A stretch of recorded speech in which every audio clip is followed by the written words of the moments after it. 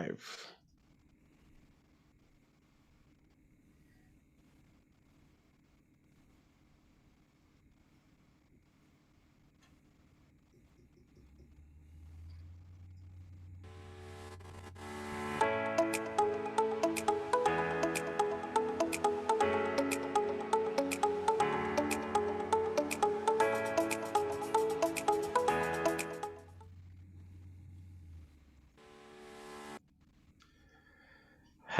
Hello everyone.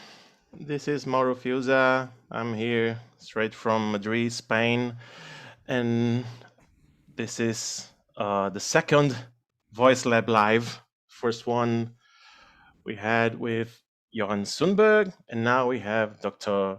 Brian Gill here with us, and of course Dr. Filipa Lã. I have a small introduction of Dr. Brian Gill. He's undergrad, master, and doctor in vocal performance, right? Oh yeah. He also is certified in vocology. He studied with Ingo Titze in it's in Iowa. Also, previously he was associate professor and director of vocal pedagogy in New York University, NIU. In 2011, he won the Lawrence Fellowship, the Van Lawrence. But the most important thing is that he used to sing a lot of musical genres.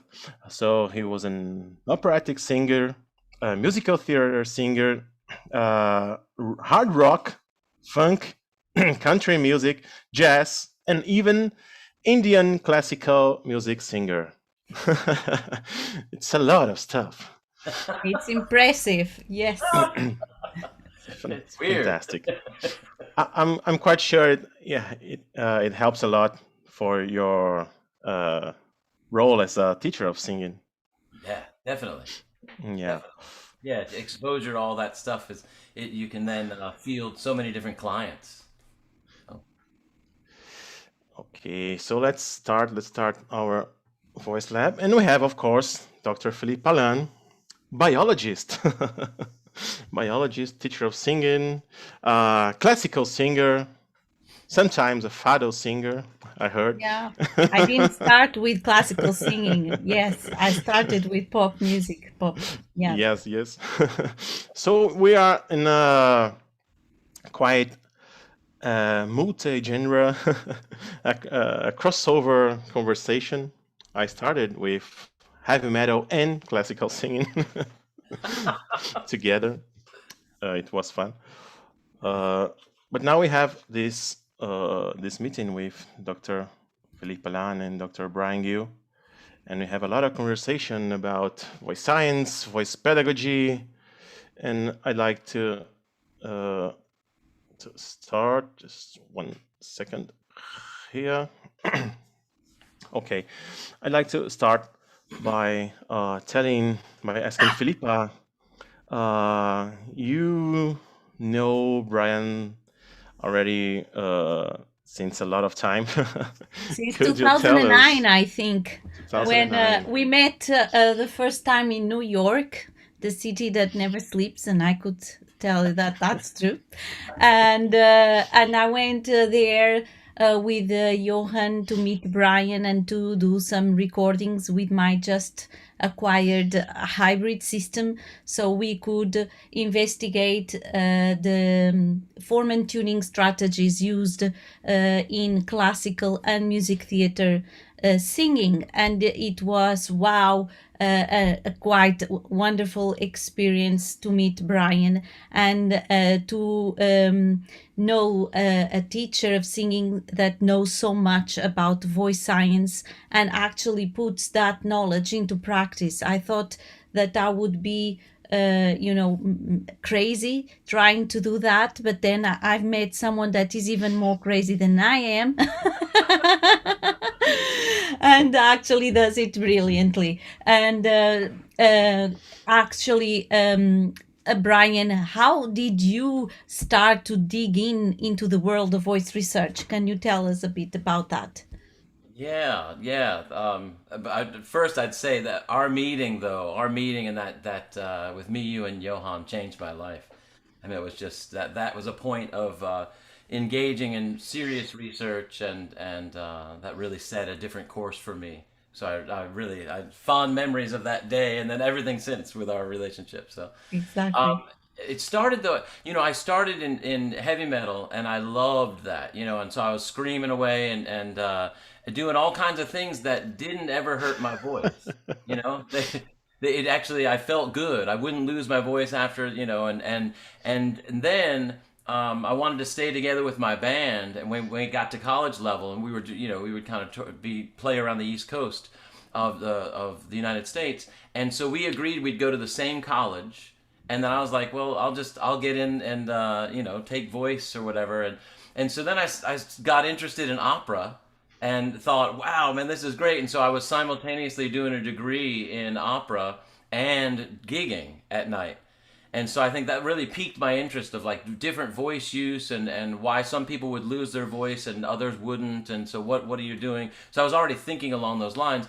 But I had a classical teacher who was having me, even though she really wanted me to do well, she was having me push on my voice. And so I noticed a change by the end of my stay there. So then I was really looking for answers, and that took me to Colorado, Boulder, Colorado, where I met Barbara Doscher, and again changed my life.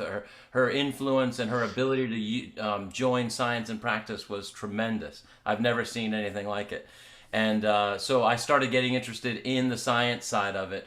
And again, at that time, we still didn't know a lot. Like even compared to what we know now, we did not know as much. But she was doing the best she could, and so that really again got me going along the lines of let's find out how science intersects with practice. And then I went on and did the vocology certificate, and that sealed the deal. So the studies with Ingo Tietze, I thought, okay, this is where I want to go. And then we met, and I did Johan's course, and then we all taught for that. So that was And it. we continue to pursue research because like that is the way to do it. It's not stopping and keep wanting to know more and experiment and learn with others that know more than we do, and that is how the knowledge is spread. And you teach so many vocal styles, and sometimes people wonder, is there only one voice or different voices in the same person? I will put it in a different way. Should we use the voice in speech different than we use the voice in singing? And is there a voice or a basic principle that should be applied to everything you do with your voice? How do you see it? One person with many voices, or one voice to many people inside one only person? I like that description. Yes. Like, I think there are some basic overarching themes that are present in voice regardless of what you do. So I think we're looking for a use of breath that's very specific to getting sound going. We're also looking for an awareness of resonance. That I think if people feel like their voice is trapped inside, it's not going to last very long. So I think that there's some overarching things that apply to speaking voice, that apply to voice in any genre. And then within the genres, there are departures. There are different ways you would use your voice, and different places you might have resistance, that create these different sounds. But I think the underlying principle stays the same. Too much friction causes tissue damage. And you have to figure out for each individual what too much friction is. So again, we have to look at the individual level. Some people have a thicker mucosa than others, and they can withstand a little bit more pressure, and others don't. They have a more delicate membrane there. And so we have to honor that, and not pretend that everybody could do the same thing. And I think that creates variety, and variety is the spice of life, as we say over here. Yeah. Wonderful. Beautiful. And how do you as a practitioner get to the point of knowing what are the limits of a voice, or help a person to find those limits, or physiological limits of a voice? Yeah, good. That's a great question. And let's leave it at that. No, I'm kidding. That is kind of the million-dollar question, isn't it? And my answer to that is that the outward signs of strain give you an idea of sustainability. So if a person is struggling, their head starts shaking, that's overloading the system. If their jaw is shaking and gets really tight when they're doing something, then that's overloading the system. There's great stability in the best heavy metal singers in the world. There's great stability. They stand there like there's nothing getting in their way, and there's not. And they can do it day in and day out. So you're looking for what is the effect on the voice after a concert? What's the effect on what's the effect on the voice after 6 months of touring? And so you're looking for breakdown in the system to see whether it's sustainable or not. And so I always start conservatively. So like let's get the voice going and get it flowing and all those things, and then start to introduce these extended techniques. And then you just watch for instabilities. And some people can handle so much, and others they have a lower threshold. Perfect, perfect. And now, Filipa and also Brian, how did you both started to work together? Since I met you in Sandvik in 2017, I went there to the course in Sweden, and there I met you, Brian and Filipa. Johan, I had already had attended some courses of him in Brazil, but I met you both there. But how did you start to work together? I believe it was not there. Well, it was. I will tell you my experience, and then Brian complements it or changes it.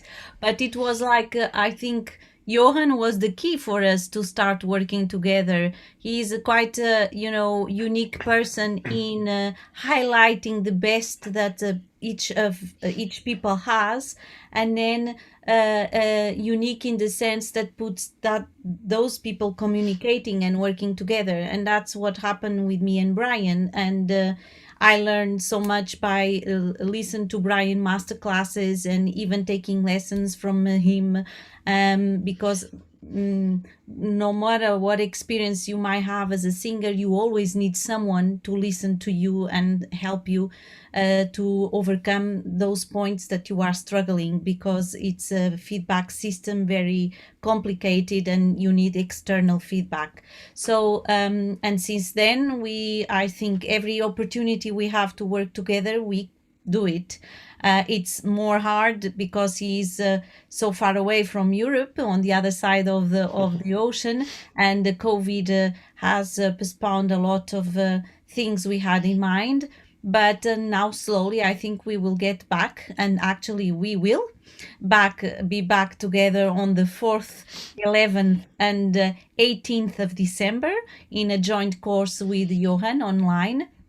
So do make a note on your books, 4th, 11th, and 18th. But now, Brian, please tell me. I recommend it.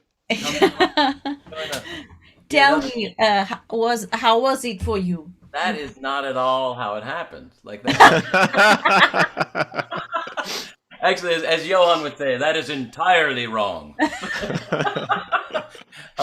So no, that's it. So it was wild. Actually, I was at the Voice Foundation, which started this whole thing, and I was at a dinner having an argument. Well, actually, there were a couple of arguments that happened. Early on, I had an argument, but this was an argument, and I was talking about how narrowing in the passaggio helped born male voices travel into the top more easily. So I was talking about that, and again, based on what my mentor Barbara Doscher did, that's where I got the idea from, coupled with the work that Donald Miller did on formant changes and formant tuning. And so I was talking about this, and I had a few people around me going, "No, you don't need to do that," and kind of poo-pooing the idea, so to speak. And I was not aware of it, but Johan was right across the table, diagonally from me, and he looked and he said, "This is plausible." and then he said, "Let's talk about it. I think we should take a look at it." And I was like, I mean, my hero of voice science talked to me, and the next day he came and he found me. I was actually with John Nix at the time, and he found me, and John Nix was there, and we both went. Looked up and Johan said, "Let me get your contact information and let's do a project." And I have another colleague, Filipa Lã, that I'd like to bring into it. And so that was it. We wanted to take a look at this particular issue, what happens at this pivot point, and that began really beautiful relationship. So it's very exciting. So now Filipa and I mean we've been how many countries together? I mean quite a lot. Yeah, well, we were in Sweden, in In Portugal, Sweden, in Denmark, I think, in yeah, Pivok, yeah, yes, Denmark, and Las in Vegas. Philadelphia. Yeah, yeah. And so many states here, New Yeah. York. Anyway, so it's been great and incredible memories, and we'll continue to do that. And I make also a point that we also disagree on what we agree, which is very Always. constructive. Until That's important. That's important. Yeah, it is Johan important. tells us, right? He said, "Actually, I think you two are agreeing." Exactly. Yes. It's lovely. And so So then go no, ahead, then Mauro. you started to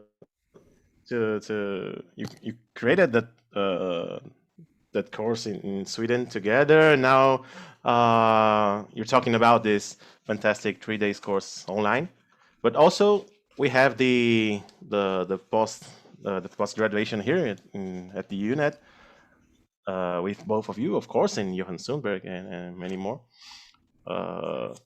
And how important do you, Brian, think it is this online course? And it's still open. You can register. Registrations goes up to the November 30th.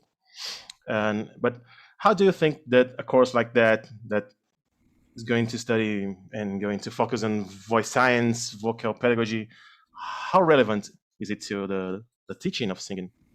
Incredibly relevant. Yes, and imperative that more teachers, singers, and teachers of singing engage in it, and also speech language pathologists who want to work with singers. I mean, this is what we need, and it's been a missing element in voice for a very long time because the instrument is inside the body and it was hard to measure things more accurately. But we're getting to a point where research has accelerated. We know a lot more about the voice, and so what it does, a course like this, what it does is give you the tools you need to start making suggestions based on reality, not just aesthetic preference. You can start to think, this is how the instrument works, and these are the different variables that I'm manipulating, and now let me work with each individual and see how those variables work for them. And so a course like this, it gives you an introduction to the reality of our voice, the flow of our voice, the pressure buildup, flow, resistance, all these things, and resonance, how it's working. So it's such an exciting way to demystify the voice, which again is the title of the workshop that we're doing. But it's that I think that's a key component. I think it's going to accelerate because younger people today are wanting to know if the knowledge is out there, they want to have it. And so I think that's going to set the scene. But a course like this is invaluable for the voice world. Yes, certainly. But let's go back. We mentioned that you used to sing a lot of genre. So tell me, from the point of view of a singer now, what aspects of vocal performance are the most difficult to develop in this regarding the genre? Yeah, that's a great question, actually. I think there's so many things I would say. So what are the aspects that are the most difficult to develop? I do think that doing extended techniques like growls and screams and stuff, that takes a lot of mindfulness in the way you use your voice. So with my students, even the ones that are gonna do that, I don't start with that. So I think that would take the top level. So if somebody's going to want to growl or do something like that, you really have to think about what tissue you're using to do that, right? And it's a distinct feeling of vibration and energy above where the main vibratory mode is happening. That's how I experience it. And so if you can do that, you can succeed in that. But I think you need to know the foundational elements first. So I also think that developing the ability to do different styles requires loving those styles, requires having been immersed in those styles.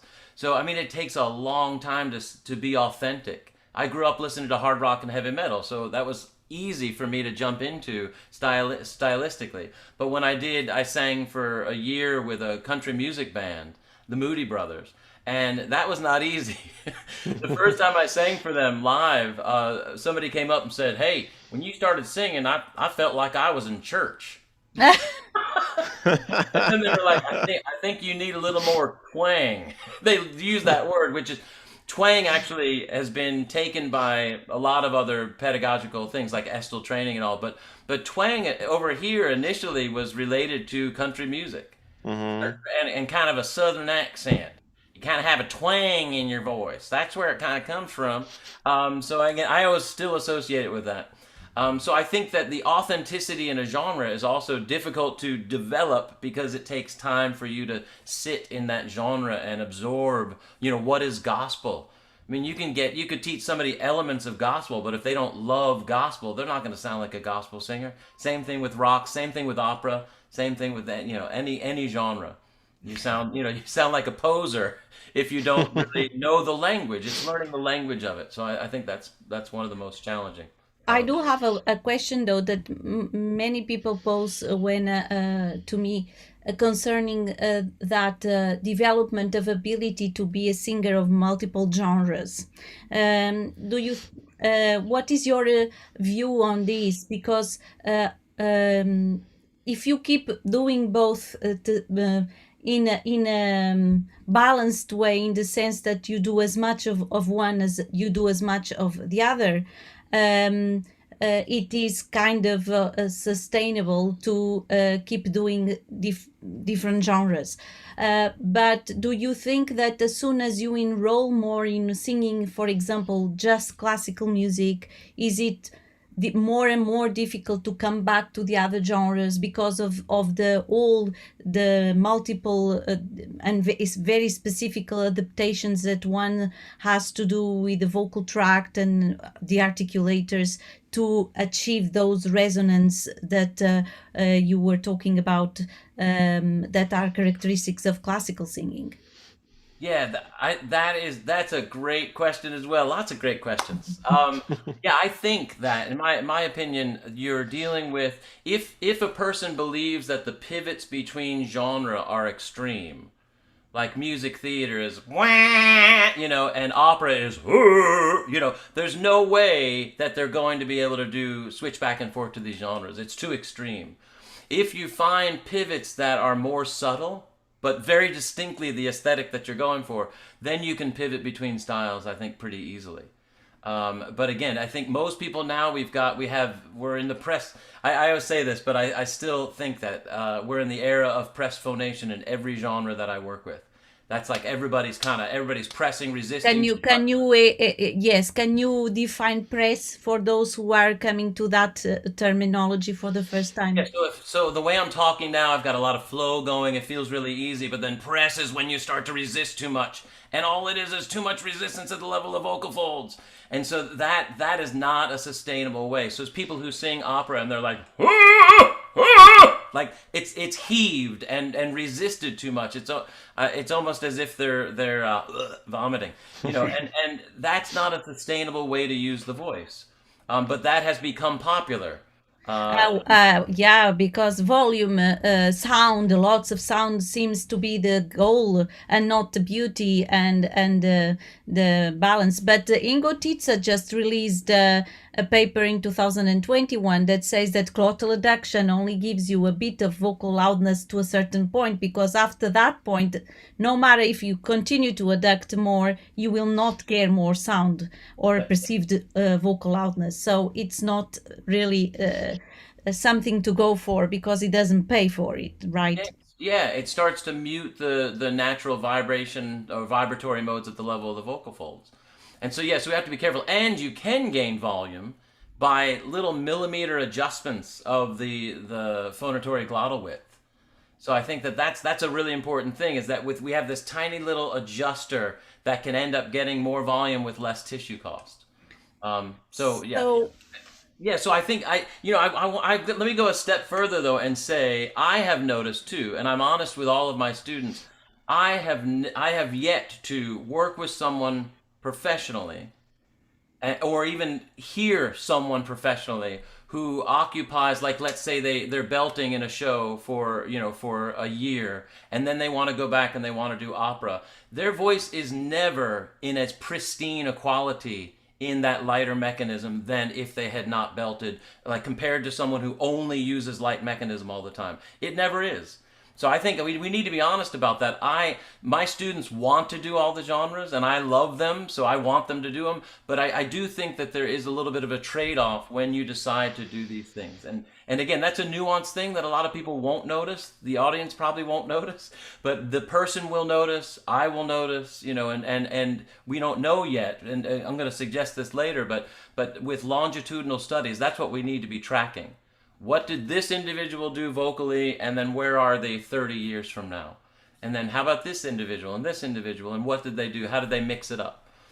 So I appreciate so much that you can spend an hour with us on a Sunday morning in America there, talking about these things that are so important to be demystified, because actually we are in that area everywhere, also in Europe. And then you hear old recordings of old singers, and then you find the flow there. So moving a bit, and I know that Mauro has many questions, but just one question that it's really coming into the right spot in our conversation. So is there any type of specific exercises that could help the students in achieving that balance of avoiding press phonation and having more flow? Yeah, so I learned from Ingo Tietze the idea of the semioccluded vocal tract postures and what they do and how they adjust. And so semioccluded vocal tract postures, which is basically creating a downstream resistance. So you've got a resistor here, and then anywhere along this line, if you can create some other resistance, you're going to take away some of the pressure that falls across the initial resistor, the vocal folds. So that is a way to, and what happens is the vocal folds will stop resisting as much because of this downstream resistor. So it kind of shares the burden of the pressure. And so once you've done that, you've established a posture here that doesn't have as much resistance, and then you try to carry that over into singing in any genre. So you can use the semioccluded vocal tract postures in any genre as a lead-in to vocalises or as a lead-in to a song. But I would put the caveat is the way you do these exercises matters. And again, I'm now, I think, at like 13, 14 countries where I go out and I teach. And it's the same everywhere, regardless of culture and everything. People are not paying attention to the details of how you use it. They use a straw and they go, and all the sound is stuck back here, or they do a lip trill and they go, that's not going to help you. That's not going to help you accomplish what we're talking about right now. I was just going to one of the questions that Mauro and I were thinking of was if you could exemplify what is a good lip trill and not so good lip trill. I know that we covered these aspects in our course at UNED, but it helps for who is going to listen to us to see the difference right here, right now. Yeah. So first of all, we're looking for evenness of vibration at the level of the lips. If you have even vibration there, then you can conclude that the airstream is also evenly vibrating the vocal folds. Because if it was uneven here, if it reached here, then it would go and kind of stop and start, kind of pulse like that. And so that's one of the things that we're looking for. And so for that, you have to think, well, what is the lip trill doing? Well, the lip trill has a looseness in the middle of the lips and some kind of anchoring here that allows this to be loose and vibrate, right? So if this is too loose, you get, I can't do a lip trill. I can't do a lip trill. Well, yes, you can. You're just not doing what a lip trill requires, and so that it's not going to work, of course. And so let me go with bad lip trill first. A bad lip trill would be a lip trill that doesn't have even vibration and also audibly has a constriction, an unnecessary constriction somewhere in the vocal tract or even at the level of the vocal fold. So if you go, that's not going to help you, right? So then I think about the way I approach it is a few steps heading towards evenness of vibration. So I usually have people anchor the sides of their face. Also, for proprioception, proprioception is the ability to sense stimuli arising in the body, sensation of where sound energy is, all of that stuff. So I encourage people to dull the vibration in their cheeks so that their proprioception can pick up vibration more intensely at the middle of their lips. Once they do that, I then have them, if they go, it's not quite working, I'll have them do a quick me, me, me, me, me, me, me, me, me, me. And if you do a really quick articulation of me, me, me, me, me, you can't really be constricted and do that. It slows it down. So me, me, me, me, me. Once you get that, then take that to a hum, a steady state vibration. Me, me, me, me, me. That's not right. Me, me, me, me, me. You hear how it's the, and you want it to have the same kind of presence that the mimes have. Me, me, me, me, me, not correct. Me, me, me, me, me, correct. And then take that to a lip trill. Me, me, me, me, me, so it all sits in the same place. Now, incorrect would be me, me, me, me, me, correct would be me, me, me, me, me. Can you hear enough of the difference over Yes, Zoom? yes. Yeah. And this is a proof that online singing lessons are possible. Yes. Yeah. You can hear the difference. Let me try. Yeah, do it now. You guys do it. Everybody. Yep. So we want to sense the energy, that the energy is towards the front, and we want to sense that the flow is even and the vibration at the lips is even. Those are the things. Yeah. Yes. So you're talking how the contact with Johan Sundberg, Ingo Titze, and many other researchers helped you in your teaching. And nowadays, people discuss a lot of about the evidence-based voice pedagogy. And how do you see this coming to a possibility in the singing studio? I mean, to base your voice pedagogy in knowledge acquired with both experience as singers but also as researchers. Can we really talk about evidence-based voice pedagogy? Not yet. I mean, Why not? Why not? well, I mean, the basics is, I remember years ago, I wrote an article with Christian Herbst, and he and I discussed this a lot, and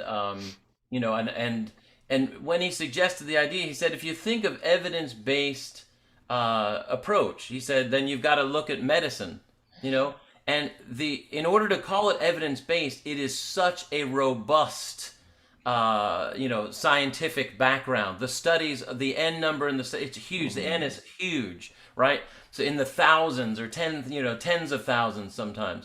And so then you're really looking at super solid evidence. Most singing studies are done on much smaller numbers, right?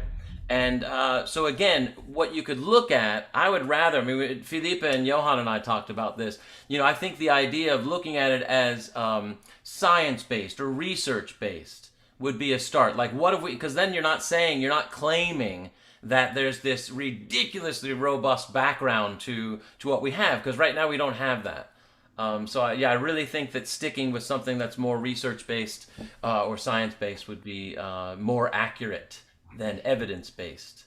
Yeah, but we are getting there, because if you think about the pyramid of of knowledge in medicine. The evidence base, the top of the evidence base is meta-analysis, as you were saying. That is huge studies that we compile, we do, the means of all those studies and the standard deviations, and then we do robust statistics and show, okay, from all these studies, some saying that there are differences and some saying there are not differences, then you come to a conclusion, is there a difference or not? Right. But if we don't take the evidence-based knowledge as so much into the definition of the word in medicine, don't you agree that today the voice is more visible and the science has done a lot of work into helping teachers avoiding terminology like sing to your mask, or to your third eye, or push with your belly, or I don't know how many things we've seen. And then master classes like people saying, now your vocal folds are doing this twist, and is the titanic fusion of the vocal folds that allow you a whistle register. But then they do an exercise to achieve that, and the vocal folds are not doing titanic vibrations at all, or fusion, or whatever they call it. I mean, where are we going to go for? I think we're heading towards evidence-based. Yes. But I just think we're I mean, in order to call it, just because it pre-exists, that's the only thing. It's like I'm very much into if a particular phrase exists elsewhere, we need to respect that, and then try and say we're heading towards evidence-based. But it's probably, I mean, I would imagine it's probably not even going to be in our lifetimes that we could claim that, you know. And so I think respecting that, maybe towards evidence-based, or toward, you know, that I think that'd be good. But you're right. I mean, it's clearly, if it didn't exist in medicine, you know, in other areas, I would say that I wouldn't be against that, because we have some evidence from research that tells us A and B seem more effective than other things. And we need people to be heading towards a practice that involves those things, 100%. But just because the term exists elsewhere, I know it makes me feel a little weird, because people will equate it. Oh, I guess this is super solid knowledge, and it's just not yet. You know, and well, I was gonna say, you know, we mentioned, you know, like the influences that we've had, like Ingo Tietze and Johann Sundberg, right, and others, and with that, I have to throw in Barbara Doscher, because Barbara Doscher had been handed a lineage of unbelievably effective hands-on, like, physiological training, right? And then I was in a place to receive that, because I was dying to have some answers, and so I got a great transmission from her of physiological, how do you make someone do this? What's the proprioception involved, and what are some of the things? And then I'd run with that and develop new tools to affect these changes in more detail. And I think that's what's going to continue. But you have to have that element of it, right? Not just the information from science and what we're getting from research. You also have to fuse it with what's already known in the training realm. So what does it mean when someone says the third eye? It probably has something to do with proprioception, what they feel, that it's up and towards the front, right? And so what does that mean? Is that velopharyngeal opening? Probably, right? It's probably the access to the nasopharynx that all of a sudden feels like it's vibrating higher. And then they think, oh yeah, I feel like it's right here where my third eye would be, right? And so I'm really interested in fusing those, the language that's typically used, but then what could they have meant? You know, and then what would not be that? So, sorry, I talk a lot. No, it's fine. You're here to talk. Yes, we want you to talk. I was just wanting to ask you, in this direction of evidence-based, what do you think is for you the most burning question in voice pedagogy that still requires knowledge from voice science and has not get an answer yet? Sustainability. You know, currently we're in the realm where everyone, I mean, I go around the world and I see constantly people are teaching aesthetically based pedagogy. You know, and they're saying that the industry requires this. And it's not true, because within the industry, the top of the top, everybody's doing it slightly differently, or drastically differently in some cases. In pop, in music theater, in opera, right? In rock and heavy metal. So you couldn't say the industry demands this. It's the silliest thing. Yet that is what I hear all over the place. You've got to do it this way because that's what the industry says. So people sign on to do something that's not sustainable. So again, we need these longitudinal studies that tease out what could be sustainable. And again, what's sustainable for one might not be for another, et cetera, et cetera. So I think that would be the top thing that's on my has been for a long time on my list of interests is more longitudinal studies. Had we started one back when we met, we'd be 12 years in. I mean, Yeah. let's get going. We'll have it once we're in our 90s. We'll be like, hey, here's the first release of a 40-year study.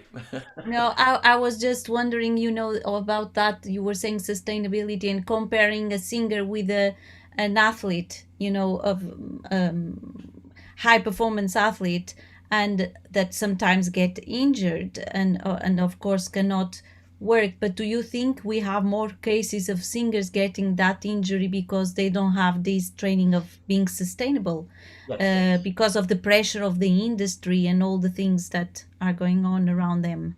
Yes. Lack of nuance awareness of how the voice operates absolutely leads to injury because of the amount of times that the vocal folds are colliding. You've got to be really choosy about the way that you're engaging with your voice. And unfortunately, voice is robust for most of us that gravitate towards voice. It's pretty robust, so it can handle a lot until it can't. And that's the day. I've worked a lot with voice centers when I was in New York for 12 years. I fielded a lot of injured singers, getting them back onto the stage, Met or Broadway or whatever, and still do that. But I started in New York, and across the board, they were with me because they were using press phonation, and it worked. It worked for 10, 15 years, and then they were out of it, or it worked in some cases for 20 years. And then they're done. No one wants to be done early. So we have to be thinking about that. And I do think it's nuanced awareness of how we're using our voice that will control that outcome.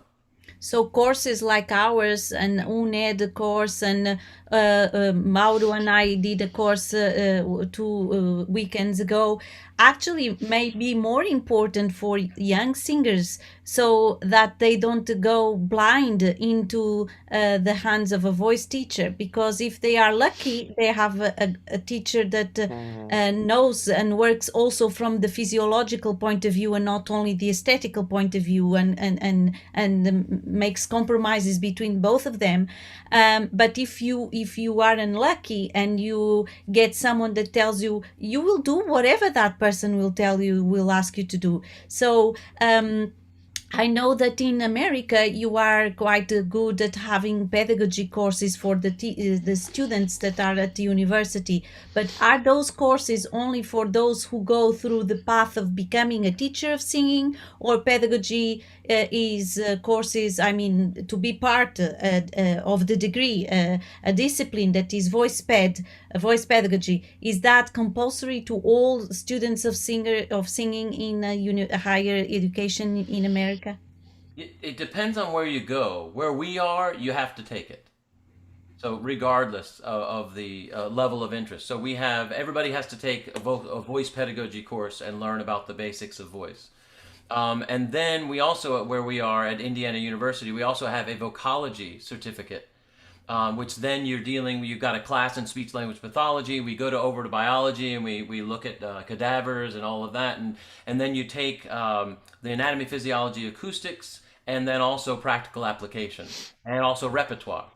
And so if you dig in there, if you look at that population are people who want to mostly be teachers, but then they're also people who are our leads in all the shows that we do. They're heading for a performing career. They just want to have that on their resume already, so that when they transition to teaching, if they want to, then they'll have that already. So I think it depends on where you go. Some places have just a pedagogy degree, and it's really not performance centered. But ours is very much performance centered as well as pedagogy. Wonderful. Thank you. Well, and you're talking about this voice pedagogy towards evidence. So to exemplify how this is important, you both have studied a lot of how the nasal cavities affect voice, right? But many people think that it brings a very cartoonish sound to the voice, right? I don't want to sing like this, so it's forbidden to use the nasal cavities. However, you have found a lot of benefits, including perceptual benefits, even for classical singing.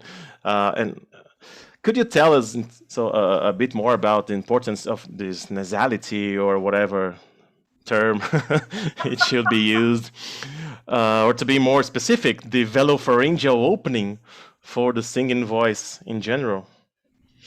Right. Well, I think that that's what we should be using, velopharyngeal opening.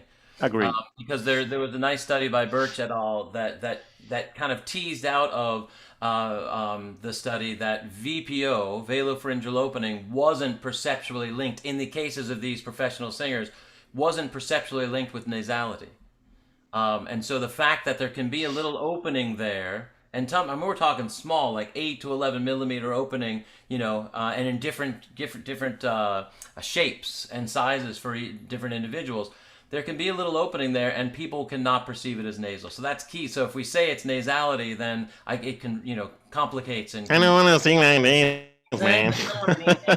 And because of today's current pedagogy, nasality is the devil. Like, God, get it out of your nose at all costs. Get it out of your nose. So the idea that you want to sing with a little bit of a leak in there flies in the face of what I've seen suggested around the world. Raise the palate. Yeah, exactly. Raise the palate. And if you raise the palate and I talk to you for the rest of this show with my palate raised, this is what I sound like. I don't sound like a human being. I can tell you that my teacher one of my teachers of singing in the past, very many years ago, want me to sing like this, sounding without any nasal. So I would have to sing. You see? You keep it out of there, or God, yeah, it's so ugly. All the time. Yeah, so it is prevalent, and so then to find balance. And again, I think that singing is this ridiculously heightened form of communication. We have speech. Speech is a great way to communicate. We're doing it right now. And within speech, you've got a certain amount of leak into the velopharyngeal port. And if I pinch my nose, it highlights that element pretty well and you can hear it. But when I'm not pinching my nose, you hear mostly of the low end with some of the ring, right? So that's a little bit of velopharyngeal opening that you would only notice if you pinched your nose to highlight it, right? So I think going into singing, which is still communication, why would we get rid of that? And then all of a sudden, it starts to sound like a little bit, to me, a little deader of a sound, meaning you're missing some information from the from the timbre or the spectral envelope, right? So I think that the topic needs to be handled with care. So velopharyngeal opening takes people out of the nasality, the nasality territory. So I think that'd be our first step, is call it what it is. It's a little leak into the velopharyngeal port, which is just coupling, the rest of the pharynx, right? Nasopharynx, oropharynx, and the laryngopharynx with the oral cavity. So you're using it, coupled resonators together. That's first. And yeah, Filipa, are you answering this too, or do you want me to keep going? No, I was just remember the results of our study when you did with the and Jessica Lee as well, with the mask divided, so we would record how much air would come from the nose and from the mouth, and then we with the slight nasalization found a boost in the higher partials in the spectra as compared to with none or much nasalization. So there is an effect there, and I am recently doing some experiments with phonating into a long tube with Johan and recording singers with that, and actually the nasalization has an effect of I think lowering the first formant in the vocal tract, so that actually sometimes can help stabilization of vibration of the vocal folds, especially in some regions of the voice, in the second passaggio and above. Maybe it's something that is really important. At least that's my experience as well as a teacher of singing and as a singer. And by lowering, you mean attenuating, right? Attenuated, yes. Anyway, so knocking out the boost potential. And the first formant has tremendous boost potential for information, and so much so that when certain information, certain harmonics come across its path to be boosted, it can cause instabilities, right? So if you go up and it's a novice singer, they go, "Ah, what happened?" Exactly. Well, that's usually a place where some lower partials crossed over or intersected with that first formant. And so we're working around that as singers, and like you're saying, having a little bit of velopharyngeal opening attenuates the first formant a bit so that it doesn't interact as much in a negative way, right? And another key that we found in the study with the velopharyngeal port, the different levels of opening, was that yes, you got a boost of higher partials, but you didn't lose low partials. Mm-hmm. Whereas with the velopharyngeal port closed, you lost high partials and had low. And with the velopharyngeal port wide open, you had a lot of high and very little low. So that's what we're dealing with. And you can kind of hear it if you mess around with your own speaking voice, right? You can do it, Mauro, what you were doing initially, that's wide open velopharyngeal port, and you get a lot of high energy, right? And then if you start to close it completely and just kind of talk with the same amount of energy, you end up with a lot of low. And if you open it with just a little bit, tiny little bit of opening, you all of a sudden get the low and the high at the same time. So you can kind of practice that and have your students practice that and figure out what the magic of VPO can do for them. Yeah, I use it a lot, even for the hard rock heavy metal singers that want to sing with distortions and want to go higher, because it's almost impossible to go higher with a distorted voice without the velopharyngeal open. Totally. Yeah, it helps. It's like a shock absorber, and keeps the energy away from here, or else things won't stretch. Yep. That's great. Yay! Yay! No trio. We're all in agreement. Let's not sing like this, so. Yeah. Well, and I mean, overlap that too. The other issue that I think made nasality a negative thing is with the positive thing that happened with laryngology and speech language pathology getting more integrated into voice performance. If someone has an injury, right, you're going to get all kinds of ways to characterize that injury, right? And sometimes it's unevenness of timbre, and so then nasality is really picked out as, what are they doing? What are they doing? Is there insufficient, activation at the level of the velum, right? So I think we've got to watch out for that intersection, that the terms like breathy can be a result of having a pathology, but breathy could also just be a choice of color. Right, so it for performance, healthy performance, well performance, it's a different thing, and so we need to be careful not to overlap too much. Yeah, but you still thinking about the nasality. If we go to the field of voice rehabilitation, there's a lot of exercises that use hummings, and awesome. Joseph Stemple in his voice functioning exercises has the phonating a lot with nasality. So it is something that in practice is made to help the voice function better. So I do believe that it's something that is most useful for singers. If you know you're going to encounter that, if you were unfortunately to get injured, right? If you were going to get injured and that's what you were going to encounter, maybe you should front load with that stuff, because that's what you should be aiming for in the first place, right? Yeah. Well, it's so wonderful to talk to you. I don't know if Mauro wants to add something. I have a little naughty question. Let's go to the naughty question. Yeah. I always wonder, first I admire, I hope that in the future we will still keep making contact with voice scientists that write for voice teachers, because I think we know a lot as teachers from experience, but also if the voice scientists I mean, it's a two-way thing. We win with science, and the science win with the voice teachers. And that is possible because there were researchers and there were teachers of singing that decided to write in a language that might be understood by both.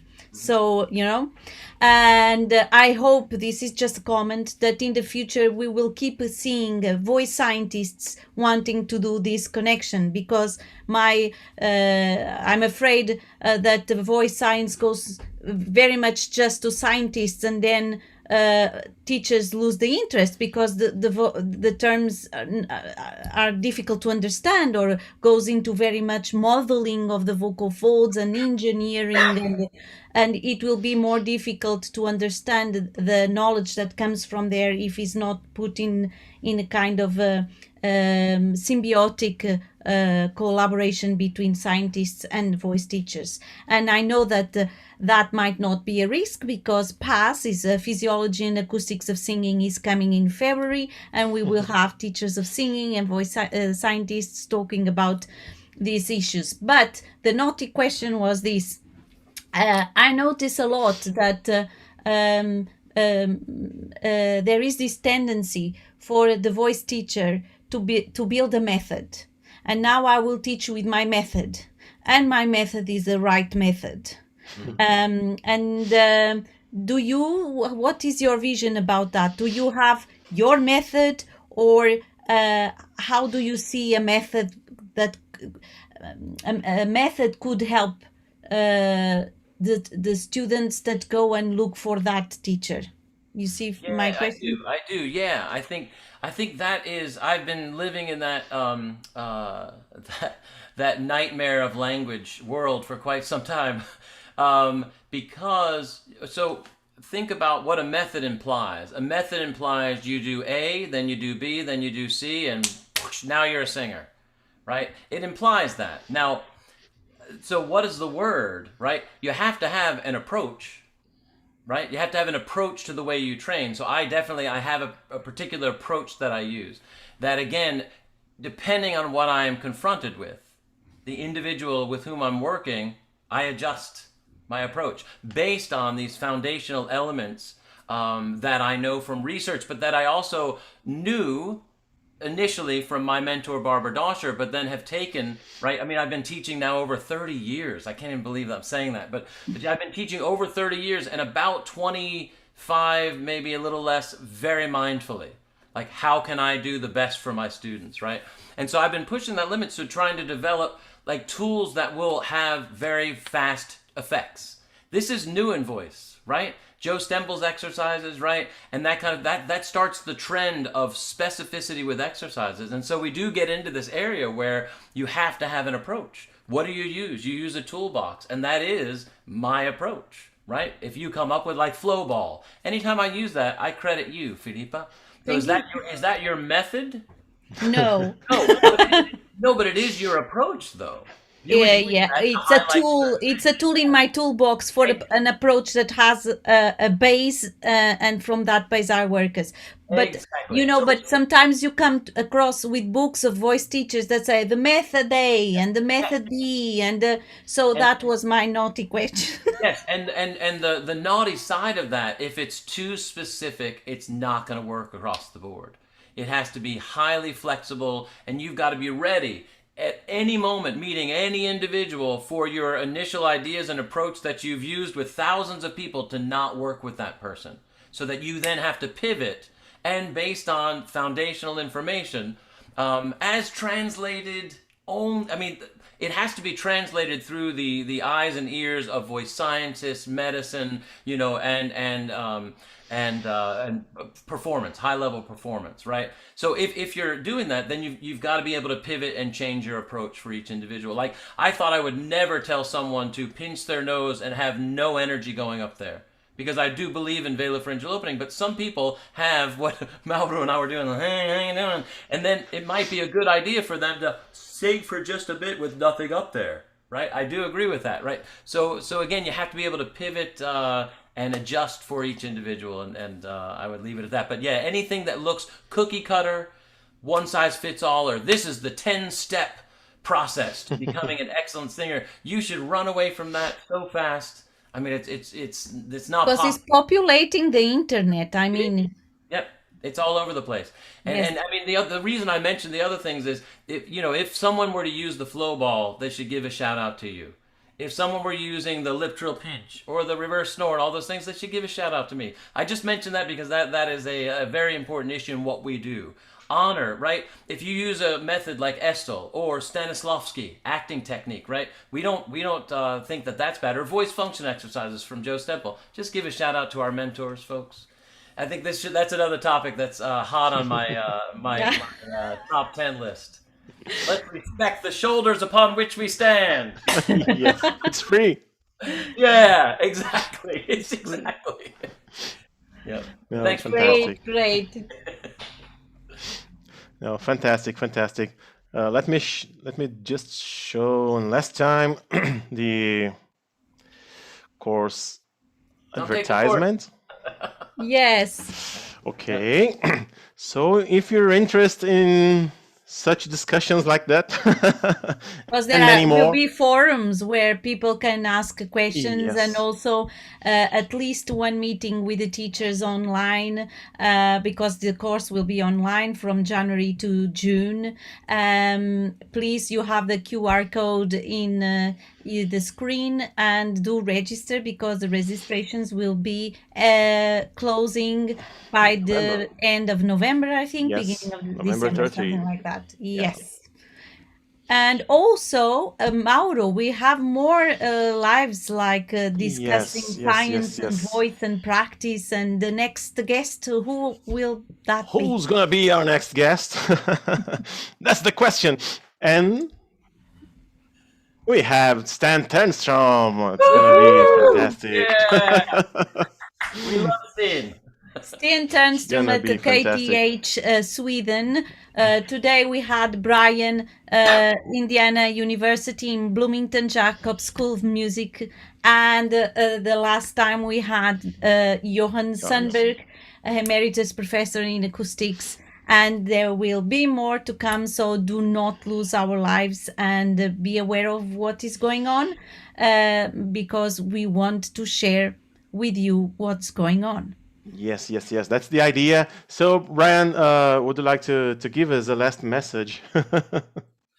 Voice is one of the greatest instruments in the world, and I think that we have to keep in mind that it should be fun, should be enjoyable, and we need to make sure that when we're working with people, we're helping them understand this joy of music making with their voce. And so, yeah, I think that's what I would say. So treat it with reverence and learn as much as you can about it, so that you can engage with people in the most responsible way when you're teaching voice. And Thank we you, found I Brian. like that. I like that too. Thanks for being there with us, and being a teacher of the course, and being also my friend. Yeah, thank you both, and thank you for having me on here. You guys rock. Thank you, Brian. Thank you, Filipa. Well, Lovely Thank you, time. Mauro, for being the strength of this, and all the hard work of putting this live on YouTube and everything. Thank you, and we will be seeing each other soon. Very awesome. soon. All right, see you guys soon. See you guys.